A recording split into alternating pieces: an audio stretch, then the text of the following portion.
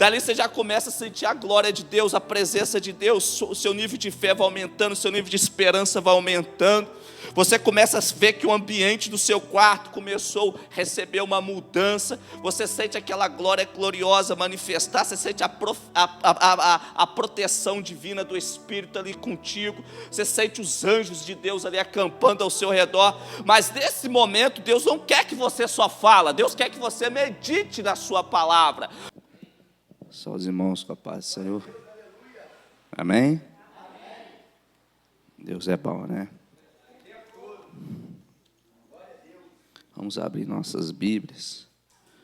Livro de Hebreus.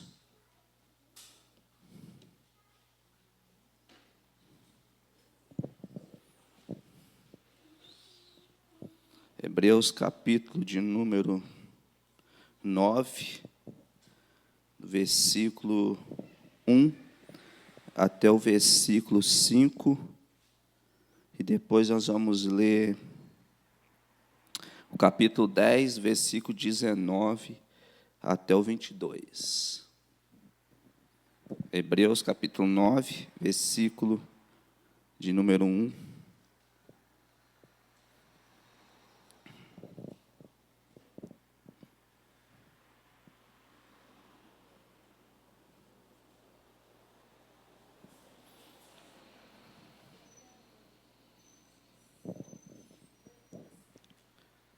Amém?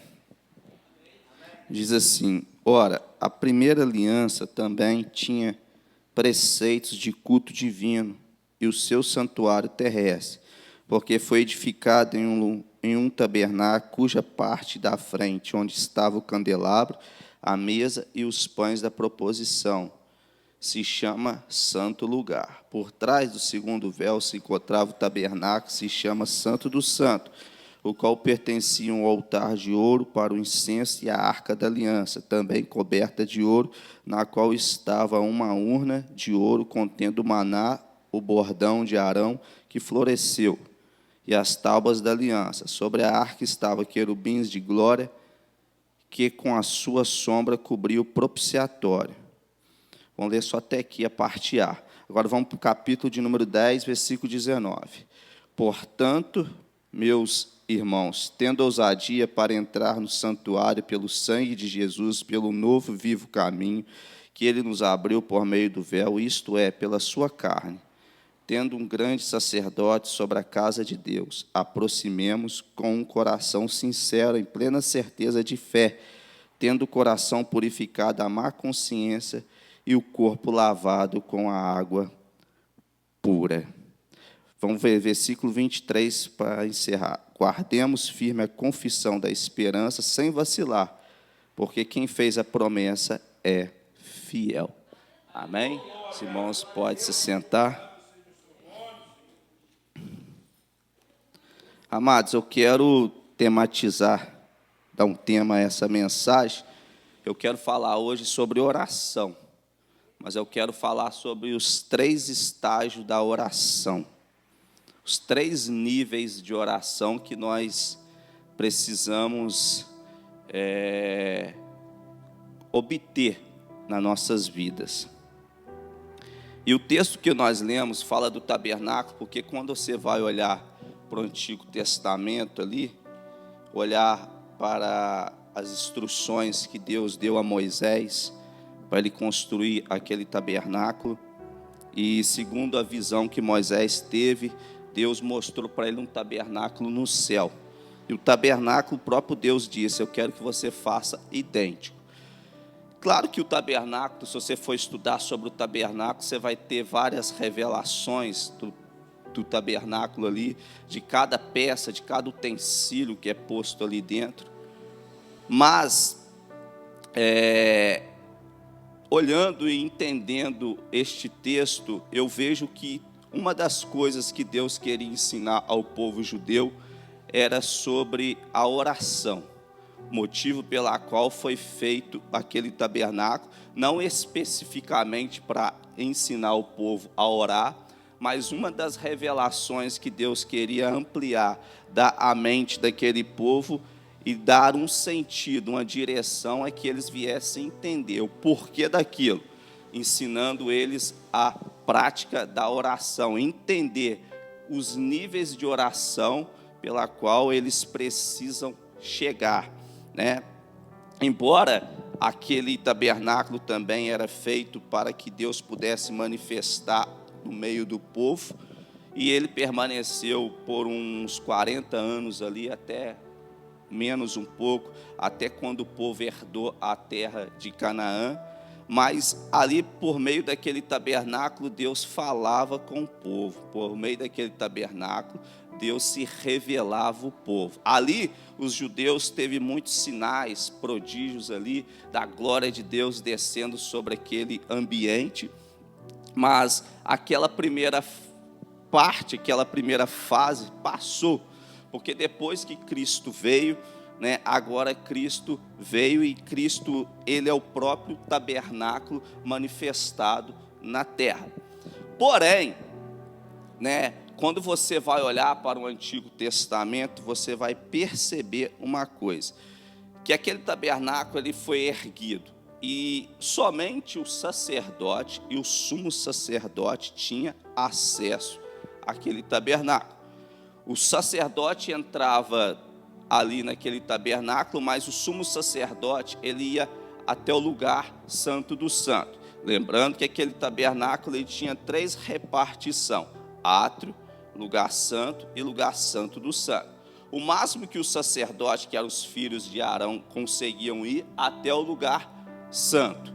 Porém, o santo do santo era só Arão que entrava, e ali uma vez por ano, para ali apresentar ou fazer propiciação, ou expiação, melhor dizendo, pelos pecados do povo de Israel. Quando nós lemos este texto aqui, ao ler, ao meditar, a gente entende que Deus ele quer nos levar através dessa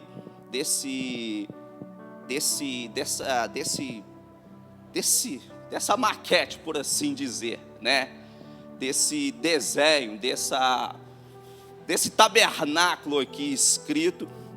Deus ele quer nos levar ao entendimento de como entrar na presença de Deus com mais profundidade.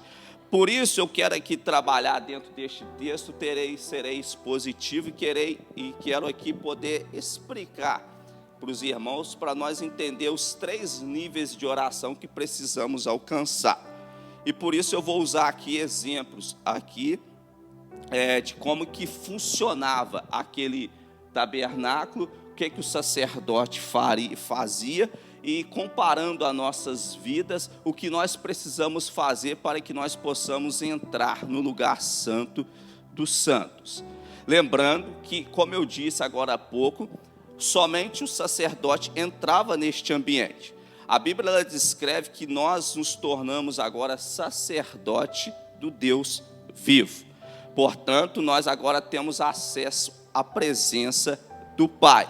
Se nós lermos aqui em Hebreus capítulo 4, versículos 16, você vai perceber que o autor diz: portanto, chegamos com confiança perante o trono da graça. Jesus ele rasga através da sua carne o véu do templo. E agora todos nós que antes não tinha acesso a este lugar, hoje passamos a ter através do sacrifício de Jesus Cristo. Mas vamos lá, voltar um pouco no tempo para entender como que funcionava isso. Funcionava dessa forma: o tabernáculo foi erguido. E o tabernáculo, na realidade, ele se dividia em 2 partes, o lugar santo e o lugar santo do santo. E a parte externa era o átrio, que nós chamamos ali do lado de fora, e ficava do lado de fora, é o lugar átrio, e aquele lugar era todo cercado. Porém, só sacerdote que entrava naquele ambiente, lugar santo e lugar santo do santo, o sumo sacerdote. Mas até ali, o átrio, poderia ir o sacerdote, e ia também aquela pessoa que estava apresentando um sacrifício a Deus. Agora, o interessante é que quando o sacerdote chegava, a pessoa que levava o judeu, o povo que levava o sacrifício ali, né, a própria pessoa, ela que imolava o animal. e ali o sacerdote colocava o animal sobre o altar, e ali o altar queimava aquele animal. Ou seja, era o lugar do sacrifício. O sacerdote pegava o sangue, entrava para dentro do lugar santo do santo, e ali ele fazia a expiação pelo pecado do povo. Porém, como que funcionava? Primeiro ponto, ele entrava para que o animal pudesse ser sacrificado. Agora a gente precisa entender que no lado espiritual nosso hoje, para entrar-se diante da presença de Deus, nós precisamos entender que nós somos sacrifício.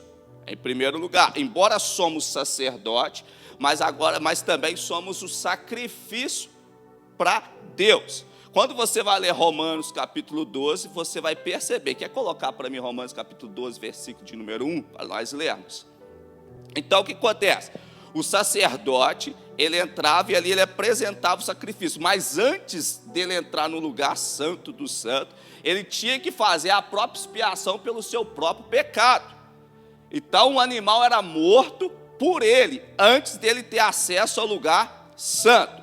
Nós, no sentido espiritual, para entrarmos diante da presença de Deus, nós precisamos entender que nós somos o sacerdote, mas primeiro precisamos ser o sacrifício. Olha o que o autor, o que o apóstolo Paulo diz: portanto, caros irmãos, rogo pelas misericórdias de Deus que apresentei vosso corpo como sacrifício vivo, santo, agradável a Deus, que é o vosso culto racional, o vosso culto lógico. Então, como que funcionava isso? Vamos lá, vamos aqui entender e conjecturar para nós entender aonde Deus quer nos levar. Você precisa entender que quando você vai para um ambiente de oração, você tem que entrar em primeiro lugar para ser o sacrifício. O sacrifício. Você precisa entrar neste ambiente para ser o sacrifício, que no caso é o átrio. Você ainda não entrou dentro do tabernáculo, ainda diante da presença de Deus, né? Você ainda está do lado de fora, você ainda está no átrio. E o que tinha ali no átrio? Havia duas coisas. Primeiro, o altar do sacrifício e a bacia de bronze. O altar do sacrifício era onde era feito o sacrifício de animais. Isso simboliza a expiação pelos pecados do povo, né? E depois tinha a bacia, ou seja, o lavatório, um recipiente onde o sacerdote lavava as mãos, os pés, antes de entrar no lugar santo, representando a purificação necessária para aproximar-se de Deus. Trazendo para os nossos dias de hoje, para que possamos entender, quando você vai para um ambiente de oração, se você quer ter uma oração eficaz, uma oração que agrada a Deus, você precisa entender que primeiramente você é o sacrifício. E o que era o sacrifício? Era um animal sendo queimado no altar. Primeiro ponto, você quando vai para a presença de Deus, você precisa entender que você precisa ser queimado primeiramente no altar. Ou seja, você precisa nesse momento entrar diante da presença de Deus, seja no quarto, aonde você estiver, né? Para que você possa passar para a segunda e terceira fase, você entra para ser queimado no altar. E que queimar? E que é isso, queimar no altar? É onde você entra aquebrantado, arrependido, carecendo da graça e da misericórdia de Deus. É o momento onde você entra diante da presença de Deus, convicto de que você não merece a graça de Deus, convicto de que você está ali pela misericórdia de Deus. Você entra arrependido, aquebrantado dos seus pecados, ou daquilo que você fez durante o dia, ou daquilo que mais mexe contigo, com a sua mente. Você sabe do seu particular e da sua vida com Deus, mas você entra consciente que para entrar diante de Deus no lugar santo do santo, você precisa primeiramente ser o sacrifício. Agora você precisa entender uma coisa: esse sacrifício vai promover arrependimento genuíno. verdadeiro. É aonde você entra e confessa diante de Deus os seus pecados. É aonde você chega para Deus e fala: Senhor, pequei diante de Ti. Falei no pensamento, falei no coração, falei na mente. Perdoa meus pecados. É você se arrepende, você se quebranta ali diante de Deus. Agora entenda uma coisa: para que você possa sair desse primeiro estágio para o segundo estágio, não é de imediato. Isso leva tempo. Isso leva tempo. Você não vai romper para o segundo estágio em oração de imediato. Isso leva tempo. Para quem tem experiência em oração, isso leva aproximadamente 40 minutos, queimando em cima do altar. Agora, crente que não ora nem 10 minutos, esse aí não passa nem da primeira fase. Ou seja, é no mínimo 40 minutos, queimando em cima do altar, buscando a graça, buscando a misericórdia, confessando o pecado, entendendo, se entregando para Deus como sacrifício verdadeiro, onde na sua mente, no seu coração, encontra arrependimento, porque Deus quer ver isso: arrependimento, quebrantamento, convicção de pecado, convicção da graça, convicção da misericórdia de Deus sobre a sua vida. Esse primeiro estágio leva tempo, não é da noite para o dia. Esse primeiro estágio você vai ter batalha espiritual, você vai ter conflito espiritual. O diabo vai mirar todos os dardos inflamados sobre a sua mente ali, para que você não venha concentrar, para que você não venha entrar no segundo estágio, porque ele sabe que se você entrar no segundo estágio, você vai romper para o terceiro estágio. Então, no primeiro estágio, os primeiros 40 minutos são primeiros 40 minutos de batalha espiritual, onde você vai estar orando muitas das vezes no automático. A sua mente vai estar aqui, você vai estar orando aqui, mas a sua mente vai estar lá no trabalho. Você vai estar orando aqui, mas sua mente vai estar lá no problema. Ou seja, batalha espiritual, mas você precisa insistir, você precisa perseverar. Se você quer realmente a presença de Deus, você precisa perseverar no mínimo 40, 50 minutos até você romper para o segundo estágio. Você entende por que homens no passado fizeram um reboliço? Você entende por que homens como Charles Spurgeon, Charles Finney, John Wesley, Spurgeon, você entende por que Savonarola, você entende por que aqueles homens, como um cara que eu gosto muito, né? Até fugiu a memória, o nome dele aqui agora, mas eu vou lembrar, John Knox, entrou dentro da cidade da Escócia e disse: me dá a cidade, senão eu morro. E Deus deu a cidade toda para ele. Você entende por que esses caras ganhou mais de 1 milhão de almas, 2 milhões de almas, 3 milhões de almas? Aonde esses caras entravam, mudava cenário, mudava ambiente, mudava cidade. Sabe por quê? Porque os caras conheciam de vida de oração, eles tinham vivência, eles tinham prática, eles tinham intimidade com Deus. Eles sabiam que para romper, para chegar ao nível aonde Deus queria que eles chegassem, eles tinham que ter tempo em oração diante de Deus.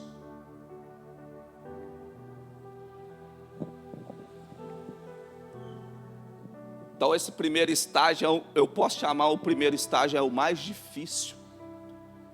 Porque você passar ali 40, 50 minutos e não vai, muitas das vezes você não vai sentir a presença de Deus, amado. Não vai. Porque você precisa romper para o segundo estágio. Você não vai sentir a presença de Deus muitas das vezes. Vai parecer que você está falando para as paredes. Vai parecer que você não está conversando, que você está ali e Deus não está te ouvindo. Vai parecer que você está delirando muitas das vezes. Todas as vezes você vai estar orando, vai parar de orar e vai começar a centrar seu pensamento em outro lugar, até você voltar novamente para o seu lugar. Acontece. Todas as vezes você vai estar orando, vai vir um sono pesado sobre a sua vida, e você vai querer dormir ali, mas você precisa insistir até você romper para o segundo estágio.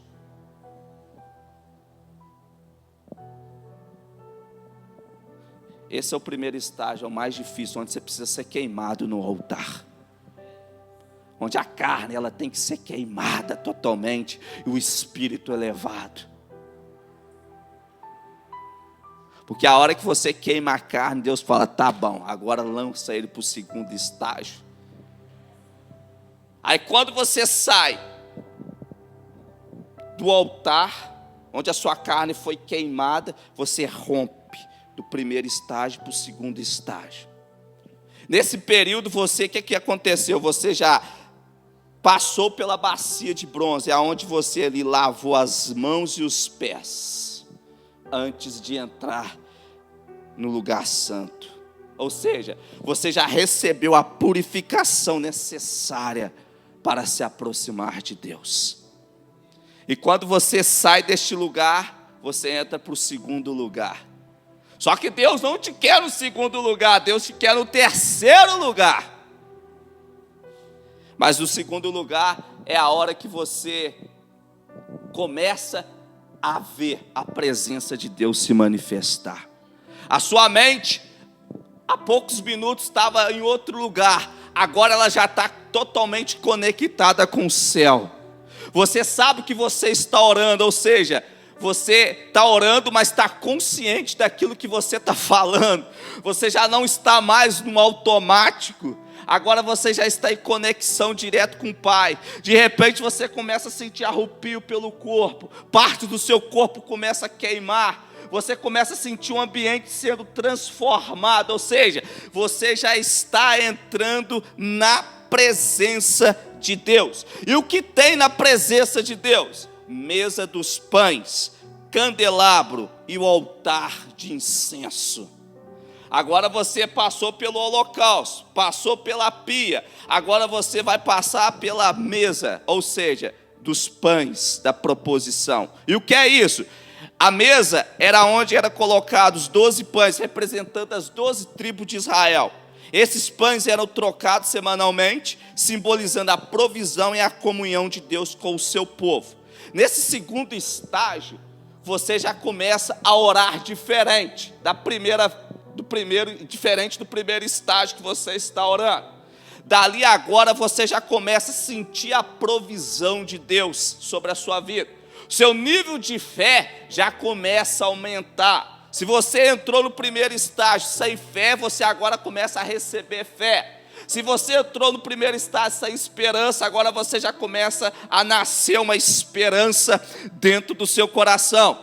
E naquele momento você começa a sentir a provisão de Deus. E nesse momento, nesse segundo estágio de oração, Deus vai te levar você para a palavra, porque a palavra, pão, tipifica a palavra de Deus. E nesse ambiente, você precisa tirar períodos de meditação. Por isso que eu te falo, entrar para orar diante da presença de Deus, você tem que esquecer dos seus problemas. Você tem que esquecer daquilo que você tem que fazer. As suas horas não podem estar contadas, porque para romper do primeiro para o segundo e para o terceiro estágio, leva tempo. Então, para te falar que no mínimo 3 horas a 4 horas orando. Vamos lá. Nesse período de oração você pode tirar, orou 40 minutos, ali, vou contabilizar dessa forma, orou 40 minutos, ali, dali você sentiu que você já está saindo do primeiro estágio para o segundo estágio, dali você já começa a sentir a glória de Deus, a presença de Deus, o seu nível de fé vai aumentando, o seu nível de esperança vai aumentando. Você começa a ver que o ambiente do seu quarto começou a receber uma mudança. Você sente aquela glória gloriosa manifestar. Você sente a proteção divina do Espírito ali contigo. Você sente os anjos de Deus ali acampando ao seu redor. Mas nesse momento Deus não quer que você só fala. Deus quer que você medite na sua palavra. Porque a palavra ela precisa ser meditada. Porque não se trata só de você falar. Deus também quer falar contigo. E aonde que meio que ele vai usar para falar contigo? Palavra de Deus. Então nesse momento, nesse segundo estágio de oração, você vai ter que parar por 1 minuto ou por 10 minutos, ou por 15 minutos, para tirar períodos de meditação na palavra de Deus. Precisamos comer da palavra. Vamos entender que o Senhor tem para falar comigo, Senhor, e o Senhor vai te levar para partes da Bíblia. Deus vai te levar para textos da Bíblia, que vai te levar ao nível de meditação. Lembra do que Salmo número 1 diz? Antes, medita na minha lei de dia e de noite, pois será como árvore plantada junto a ribeiros, cujas folhas não caem, tudo quanto fizer prosperará. Deus quer enraizar você, Deus quer plantar você, Deus quer criar raiz em você, mas para isso você precisa ir para um nível de meditação, entender aquilo que o Espírito tem para falar contigo. Quem tem ouvido, ouça o que o Espírito diz às igrejas. Ou seja, precisamos ir para um nível de meditação e leitura da palavra nesse período. E nesse momento você fecha a boca para que o Espírito agora possa falar com você.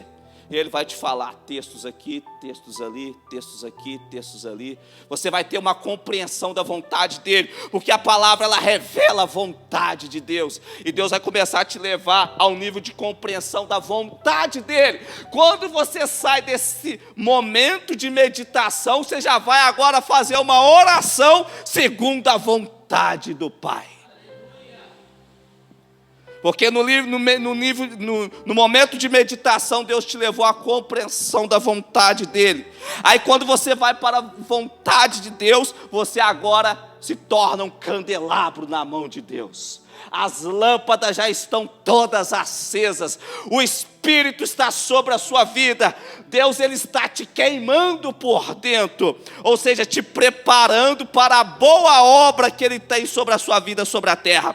O que é o candelabro? Ou seja, candelabro de ouro ou 7 lâmpadas que eram mantidas acesas continuamente. Lembra da parábola das 10 virgens? A lâmpada precisa estar acesa. Mas para a lâmpada estar acesa, você precisa ir para o nível de meditação. Você precisa romper o primeiro estágio em vida de oração, para que a lâmpada possa manter continuamente acesa. O que simboliza isso? Simboliza a luz de Deus iluminando o seu povo, a sua presença constante. Lembra daquilo que Jesus disse: vós sois sal da terra e luz do mundo. Ou seja, Deus está te tornando luz no meio das trevas deste mundo. É por isso que quando você tira este período de meditação no segundo estágio, você vai para um nível de onde Deus vai acender essas lâmpadas através do Espírito Santo, para que você possa iluminar pessoas que estão em trevas aí fora. Quando você sai desse momento do candelabro, você vai entrar agora para o altar de incenso. Você agora se torna o altar de incenso. O que é o altar de incenso? O altar de incenso ficava próximo ao véu que separava o lugar santo. Ou seja, vamos lá, átrio lado de fora. Aí o sacerdote entrava no lugar santo do santo. Ali ele tinha a mesa dos pães da proposição de um lado, candelabro do outro. Só que o altar de incenso já ficava na divisória do lugar santo do santo. E o que é o altar de incenso? Fica próximo ao véu que separava o lugar santo do santo do santo. O incenso queimando no altar representava as orações e a adoração do povo subindo a Deus. Não tem como, amado, não tem como nesse segundo estágio a sua oração ser rompida diante de Deus. É impossível, ou seja, a sua oração ela já atravessou o primeiro céu, o segundo céu, já chegou o terceiro céu na habitação de Deus. E sabe o que Deus faz quando a sua oração chega ao terceiro céu? Ele envia anjos para dar a resposta que você procura, para dar a resposta que você pede. Lembra de Daniel? Daniel era um cara que tinha intimidade com Deus. Quando o anjo se apresenta para Daniel, depois de 21 dias, perseverando em oração e jejuando a Deus, Gabriel fala assim para Daniel: a sua oração foi ouvida desde o primeiro dia. Gente que tinha intimidade. Só que Gabriel tinha trazer para Daniel uma revelação profunda. O príncipe da Pérsia percebeu, estravou Gabriel nas regiões celestiais, até que, enquanto Daniel orava aqui embaixo, Deus movia lá em cima. Deus mandou Miguel. Miguel foi lá, libertou Gabriel, e Gabriel trouxe a resposta.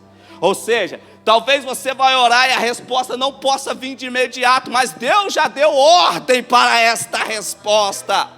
Mas muitas das vezes o príncipe da Pérsia, simbolizando Satanás, pode estar travando as suas orações. Mas o que Deus está dizendo para nós? Ore, ore, ore, persevere, porque na hora certa a vitória ela vai chegar sobre a sua vida. Você precisa romper. O crente ora, ele persevera. Paulo diz: orai sem cessar. Precisamos orar. Se nós quisermos ser cheios da presença de Deus, precisamos orar. E a sua oração, ela vai se tornar um incenso para Deus. Ele vai receber ela. E sabe como é que Deus faz? Ele faz isso aqui, ó. Ele cheira ela com cheiro suave. Sabe por quê?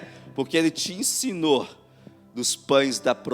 através dos pães da proposição a orar segundo a vontade dele.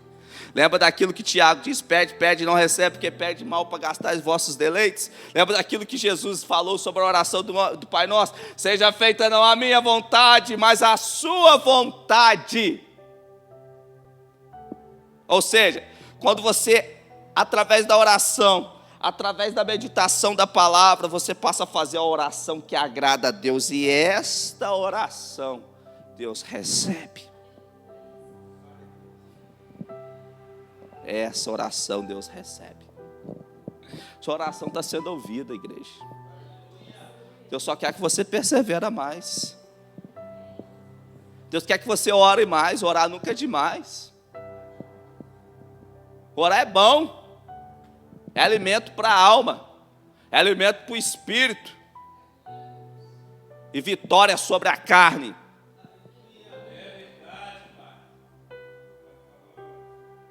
Eu acho uma vergonha, amado, principalmente ministros. Eu vou falar aqui ministros do Evangelho.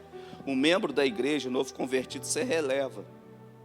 Mas pessoas que são obreiros, que são ministros, amados, o mínimo que Jesus pediu é 1 hora. É o mínimo. E é pouco que Jesus pediu. Mas foi o mínimo que ele pediu. Nem 1 hora pudeste velar comigo. Talvez 1 hora em oração que Pedro, Tiago e João tivessem orado com Jesus seria o suficiente para eles não negar Jesus. Mas o mínimo que Jesus pediu foi 1 hora. Agora, nós, como cristão, servo de Deus, eu não sei seu nível de oração, não estou aqui para te julgar, você que sabe. Você sabe quanto tempo você ora por dia? Eu não quero te julgar, a vida é sua, você quem sabe como dirigir, como conduzir a sua vida através do seu tempo. Mas, se a gente não ora nem meia hora por dia, isso é uma vergonha para nós, amado. É o mínimo, tem que ser 1 hora. É o mínimo. Um dia chegaram para Lutero. Lutero, ele disse assim: eu tenho que orar. Quando a ansiedade batia, Lutero falava assim. Lutero orava cerca de 2 horas por dia. Quando a ansiedade vinha, batia sobre ele, ele falava: por isso eu preciso orar mais 1 hora. Ou seja, quando havia ansiedade sobre a vida dele, as aflições diante do problema, em vez dele diminuir o tempo de oração, ele aumentava.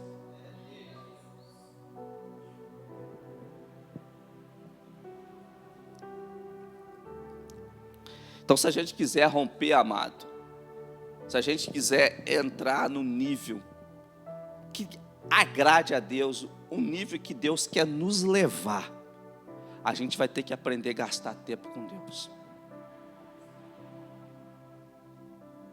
Quando você estuda a história daqueles homens antigos do passado, da época da reforma, você é de sentir inveja, amado. Mas ao mesmo tempo é uma vergonha para nós. Havia um camarada que ele chama George George Miller. Ele tinha um orfanato, ele tomava conta de mais ou menos 2.000 pessoas órfãs. E um dia, o empregado dele chegou para ele e falou: George, não tem pão para dar às crianças hoje. Em vez dele apavorar, ele falou assim: tá bom. Ele entrou para dentro do quarto, ou do escritório, e foi orar. Orou uma oração rápida, poucos segundos ou minutos depois, bateram na porta e disse assim: fui levar esses pães, ele era o padeiro, que foi levar pão para a rainha e para os empregados. Só que a rainha não quis receber o pão, porque o pão passou do ponto. Para não jogar fora, queria doar para o orfanato. Aí ele disse: não foi o pão que passou do ponto, é porque o pão era para nós. Pequenas orações, guarda essa frase que eu vou falar para os irmãos, guarde isso aqui. Orações respondidas rápidas são resultados de orações prolongadas. Talvez a pessoa chega, faz uma oração, está com um problema aqui de imediato, ela foi lá, dobrou o joelho, 5 minutos, Senhor, blá, blá, blá.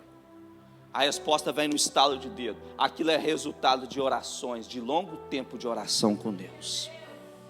Não adianta, se nós não aprendermos a gastar tempo em oração, nós não vamos ter vitória. Não vamos ser cheios do Espírito Santo, vamos ser vazios do Espírito Santo.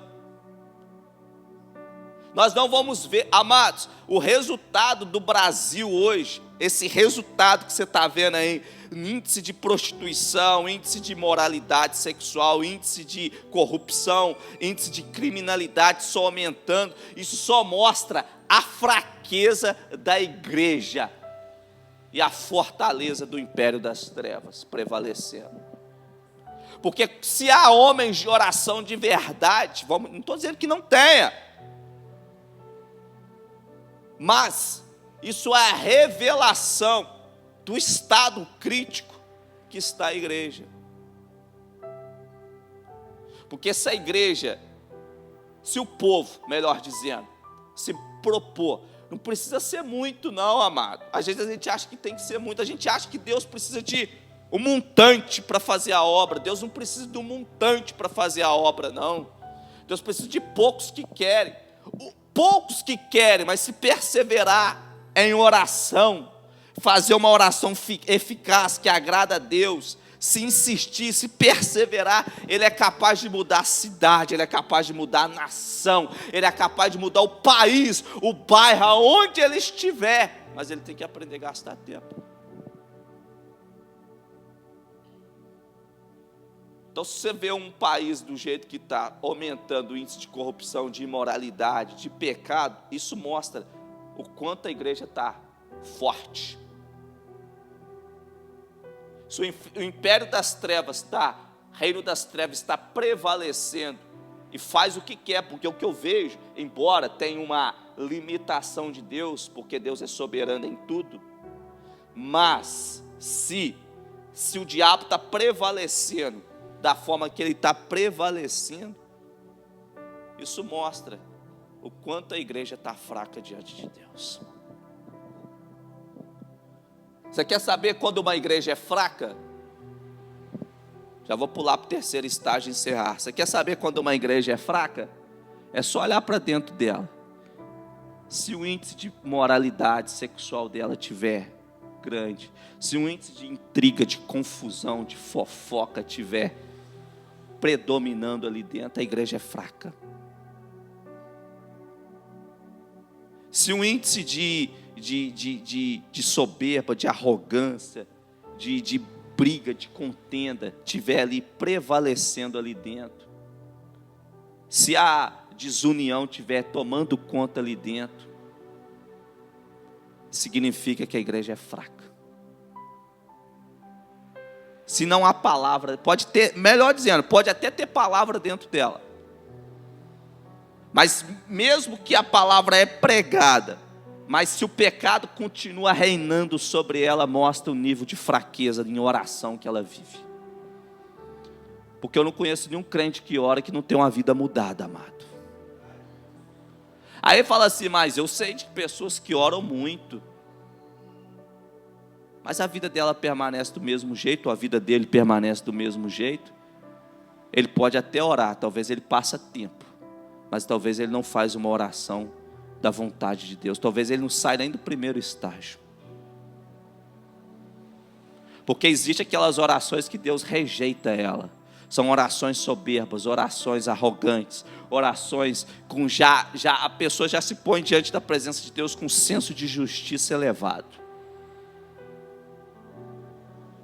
A pessoa, amados, Deus rejeita isso. Às vezes a pessoa está até certa em certa situação, às vezes ela está até certa, mas ela se põe diante da presença de Deus, ou ele se põe diante da presença de Deus já com um senso de justiça elevado. Você viu o que fizeram comigo, Senhor? Eu não sou digno disso.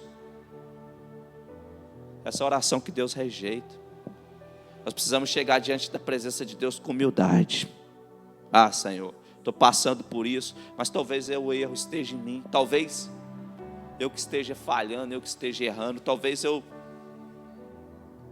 que vacilei, fui eu que errei com aquela pessoa e não percebi. Revela o meu pecado, revela a minha podridão, revela o que está em mim, o que está dentro do meu coração. Quero que o meu coração se revela diante da presença do Senhor. Quero conhecer quem eu sou. Humildade, é essa oração que agrada a Jesus. Quando você sai do primeiro estágio, entra para o segundo, você vai ir agora para o terceiro. O terceiro é o glorioso, porém, esse é o último estágio, e para chegar nesse último estágio, leva tempo. Por isso que eu te falo, uma oração de 40 minutos, talvez, de 1h30, não será o suficiente. Talvez você vai ter que gastar 2 horas. Talvez você vai ter que gastar 2h30, 3 horas, até você romper esse terceiro estágio. E nesse terceiro estágio, o que ficava dentro dele? Ficava nele a arca da aliança. O que é a arca da aliança? Ela é revestida de ouro, contendo as tábuas da lei, a vara de Arão que floresceu e um pote de maná. A tampa da arca era chamada de propiciatório, representava o trono de Deus acima da arca. Ficavam 2 querubins de ouro, e era sobre essa tampa que Deus se manifestava. Esse terceiro lugar é o lugar onde ficava a presença de Deus, e Deus se manifestava sobre essa tampa do propiciatório. Agora entenda uma coisa: dentro dessa arca havia a vara de Arão que floresceu, pote com maná, e havia as tábuas da lei. Vamos falar só por questão das tábuas da lei. As tábuas da lei eram os 10 mandamentos que ficavam ali dentro. Por quê? Porque lembra do Antigo Testamento da ordem de Deus, olho por olho, dente por dente? Ou seja, se o povo pecasse, eles eram o quê? Exterminado de imediato. Quando cometia pecado de adultério, assassinato, a ordem era matar, né? Deus abominava isso. Então a tábua da lei, o que era a lei de Deus, ela tinha que prevalecer. Só que a tampa do propiciatório, ali era onde é manifestado a presença de Deus. Essa tampa, ela tipifica Jesus, hoje no Novo Testamento, da Nova Aliança. Porque o João vai dizer, ele é a propiciação, não somente pelos nossos pecados, mas de todo o mundo. Ou seja, por que havia essa tampa? Essa tampa era para quê? Para que a ira de Deus não se manifestasse sobre a vida do sumo sacerdote, que entrava no lugar santo do santo. Primeiro ele tinha que fazer todo aquele ritual, em primeiro lugar. Quando ele entrava, o sumo sacerdote, uma vez por ano, ele já tinha passado por todo aquele processo. E ao passar por todo aquele processo, ele entrava dentro deste lugar. E ali ele fazia expiação pelo pecado do povo de Israel. a ira de Deus não se manifestava porque aquela tampa impedia que a ira de Deus se manifestasse do lado de fora. Então, amado, e o que significava isso? Ou seja, a disposição desses objetos, o próprio design do tabernáculo ilustrava a progressão de santidade. À medida que alguém se aproximava de Deus, desde o átrio, onde o povo podia vir para o sacrifício, até o Santo dos Santos, onde Deus manifestava a sua presença, o tabernáculo ensinava os princípios de santidade, purificação e a necessidade de mediação para se aproximar de Deus. Quando você sai do primeiro lugar, vai para o segundo lugar, do segundo lugar para o terceiro lugar, ali se manifestava a glória de Deus. Agora olha só, primeiro é o sacrifício, nesse segundo ambiente que você vai, você já começa a ver o resultado disso. É esse momento que você precisa perseverar, para que você agora possa ser tocado pela glória, pela Shekinah de Deus. Eu não vou dizer em toda a sua totalidade, porque se Deus se manifestar com a glória dele, nós seremos exterminados, funilados. Mas à medida daquilo que você suporta e aguenta, é a glória que Deus quer manifestar sobre a minha vida e a sua vida. Eu quero dar um exemplo, rapidamente para encerrar. Lembra do texto de João? Quando João viu Jesus em sua forma, a Bíblia descreve, cair como se estivesse morto. Quando Daniel viu a glória de Deus, a Bíblia descreve que Daniel perdeu toda a sua força e caiu. É nisso que Cristo, tanto Cristo quanto o anjo, colocou a mão sobre Daniel. Tanto Cristo colocou a mão sobre João e disse, levanta. Ou seja, diante da glória de Jesus, não tem como ficarmos de pé, amado. É impossível. Agora, alcançar este nível, chegar a este nível, tem que haver um tempo de perseverança em oração. Mas eu vou dizer uma coisa para os irmãos, é compensador. Quem já sentiu a glória de Jesus sabe que é compensador. Você não consegue controlar, você cai, porque você cai e vai cair. O dia que Paulo viu Jesus, a Bíblia diz que ele caiu no chão, porque todos que veem a glória de Deus não ficam de pé, cai todos. Até Moisés passou 40 dias naquele monte, acredito que Moisés foi deitado. Raras vezes ele deve ter levantado, porque como é que fica de pé diante da glória de Jesus? Impossível isso. Não tem como ficar de pé diante da glória de Jesus. E a Bíblia descreve que Deus, ele quer, ou melhor dizendo, olhando textos bíblicos, você vai perceber que Deus, ele quer nos levar para esse nível da glória dele. Esse ambiente é gostoso, amado, esse ambiente é prazeroso. Está diante da presença de Deus. Aí conclui aquele texto que nós lemos aqui. Portanto, meus irmãos, tendo ousadia para entrar no santuário, pelo sangue de Jesus, pelo novo e vivo caminho que ele nos abriu por meio do véu, isto é, pela sua carne, tendo um grande sacerdote sobre a casa de Deus, aproximemo-nos com um coração sincero, em plena certeza de fé, tendo o coração purificado da má consciência e o corpo lavado com a água pura. Ou seja, quando você chega a esse nível, quando você consegue romper esse terceiro estágio, é porque toda a obra Deus já efetuou na sua vida, você já foi queimado no altar, você já experimentou da palavra, você já agora já orou a oração eficaz, a oração que agrada a Deus. Você já fez a oração que ela se tornou um incenso, onde Deus agradou desse incenso. Desse ambiente onde você entra, não tem como ficar de pé, amado. É uma presença gloriosa e maravilhosa. Não dá para descrever, porque é muito profunda e poderosa. Mas é esse nível, é este lugar que Deus quer te levar. É nesse nível, é neste lugar que Deus quer te levar. Que nós possamos, amado, buscar a face de Jesus.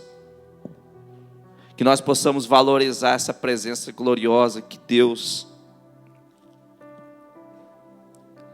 está nos dando. E é de graça. Ele não cobrou nada para isso. Até porque se Ele cobrasse alguma coisa, não teria como pagar. Nossas obras para Deus é como trapo de imundícia. Mas Deus quer te levar ao terceiro nível. Mas para isso, Ele nos convoca a termos perseverança em oração. Orar, orar, orar e orar. Ah, pastor, mas eu consigo orar só 10 minutos. Amanhã você vai orar 15. Se esforça. Depois você ora 20. Depois você ora 30. Depois você ora 40. Tira um dia e fala: vou orar hoje 2 horas. Fica ali naquele ambiente. Se dentro de 2 horas você ficar dentro daquele ambiente, você não sentir nada e não mudar nada, ou você está com problema, ou a palavra de Deus não é verdadeira. Teve uma vez, amados, só para encerrar, um dia eu resolvi fazer isso.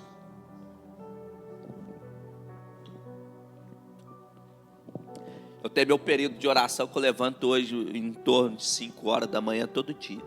Eu durmo cedo, mas eu levanto 5.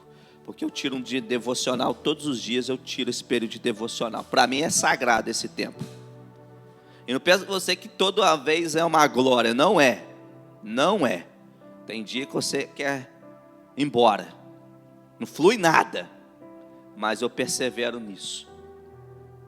Aí teve um dia que eu tirei meu devocional, beleza, acabou, beleza. Foi até no domingo. Aí eu resolvi sair do quarto, depois ajudei Stefano a fazer algumas coisas, depois voltei para o quarto novamente. Nesse período eu fiquei mais 3 horas orando, conversando. Foi uma glória gloriosa. E onde eu oro, eu vejo o sol nascer. Todos os dias. E nesse dia o céu estava ensolarado. Amado, como é que eu vi sinal no céu? Eu vi rosto do próprio Jesus. Formatos na nuvem. Eu vi cordeiros.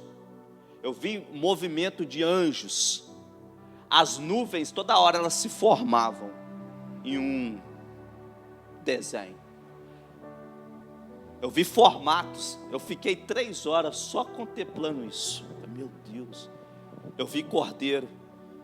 Eu vi rosto. E era fácil, assim, era rosto do próprio Deus manifestando. Eu vi muita coisa naquele dia. Foi glorioso, amado, esse momento. Então por que eu vou negar e falar que não existe isso, se eu já experimentei isso? Estou dizendo que é todo dia que eu faço isso, não. Mas eu sei que isso é real. O que eu estou pregando aqui é real. Faça o teste que você vai ver. Se já fez, você é a prova viva. Mas a gente precisa aprender a separar tempo. O cara fala assim: eu não tenho tempo. Naquele grande dia, você não tem desculpa para tempo diante de Deus. Porque quando você quer tempo, você arruma tempo. Você sabe disso. Fala que vai ter uma festa. Você cancela trabalho, você cancela tudo só para ir naquela festa de aniversário. Já não aconteceu isso? Acontece, porque tempo é o que mais nós temos. E eu tenho lá meu menino, você sabe que ele está precisando converter, né?